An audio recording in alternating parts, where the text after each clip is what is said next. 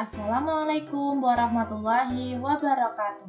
Selamat pagi anak-anak. Hari ini kita masih belajar tema 1 subtema 1, muatan IPS. Materinya kondisi geografis Asia Tenggara. Setiap negara di Asia Tenggara memiliki kondisi geografis yang beragam. Keberagaman kondisi geografis tersebut dimanfaatkan oleh masyarakat sekitar untuk berbagai aktivitas.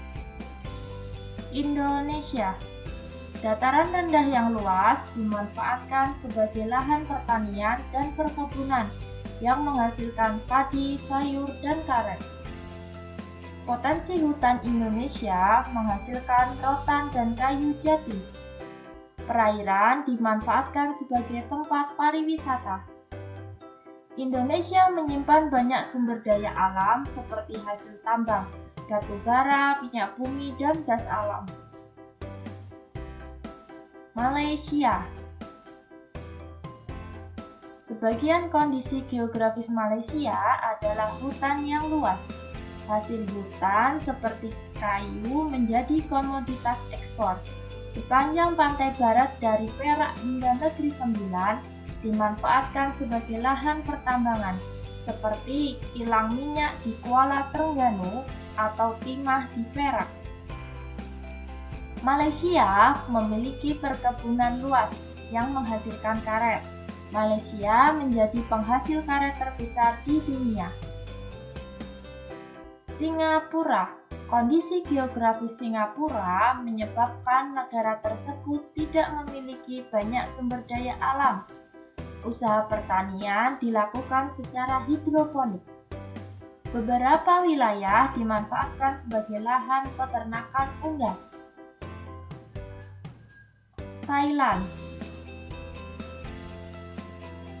Kegiatan pertanian banyak dilakukan di sepanjang Sungai Chao Phraya.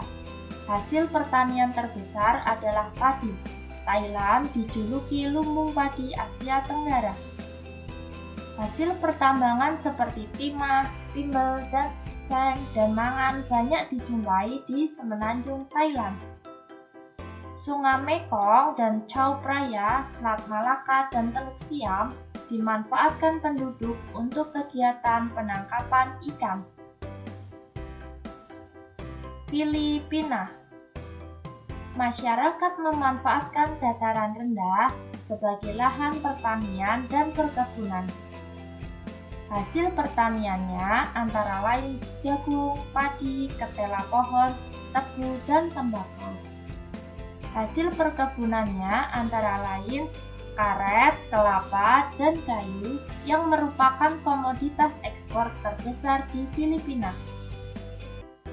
Kondisi geografis di wilayah Luzon dimanfaatkan sebagai pertambangan emas.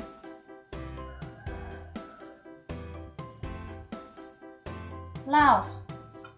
Dataran rendah Vientiane dimanfaatkan sebagai lahan pertanian padi, jagung, dan tembakau. Sumber perikanan Laos terpusat di Sungai Mekong yang menghasilkan ikan karper dan ikan perch. Brunei Darussalam. Sebagian besar bentang alam Brunei menyimpan minyak bumi dan gas alam yang menyumbang 40% pendapatan negara. Minyak bumi dan gas alam terbesar di wilayah Miri dan Kuala Blair. Dataran rendah dimanfaatkan penduduk sebagai lahan pertanian yang menghasilkan padi, kelapa, lada, dan buah-buahan. Myanmar. Beberapa wilayah di Myanmar menghasilkan sumber daya alam yang beragam. Lembah Sungai Sitang menghasilkan tembakau. Daerah pelatasan menghasilkan teh. Di daerah pantai Arakan Yuma banyak menghasilkan sayuran. Wilayah Tanah Serim dimanfaatkan untuk wilayah pertambangan yang menghasilkan timah. Vietnam. Kota Ho Chi Minh yang berada di dataran rendah menjadi pusat industri utama Vietnam. Sebagian dataran rendah juga dimanfaatkan sebagai lahan pertanian yang menghasilkan buah, sayuran, jagung, ubi jalar, dan kopi. Hutan di Vietnam menghasilkan kayu jati dan rotan. Kamboja. Kamboja memiliki Danau Tonle Sap yang merupakan penghasil ikan tawar utama di kawasan Asia Tenggara. Daerah sekitar Sungai Mekong dan Danau Tonle Sap sangat subur, sehingga dimanfaatkan penduduk untuk pertanian padi, umbi-umbian, dan sayuran. Ada pula perkebunan seperti tembakau dan karet. Itu tadi materi hari ini, semoga bermanfaat ya anak-anak. Terima kasih. Wassalamualaikum warahmatullahi wabarakatuh.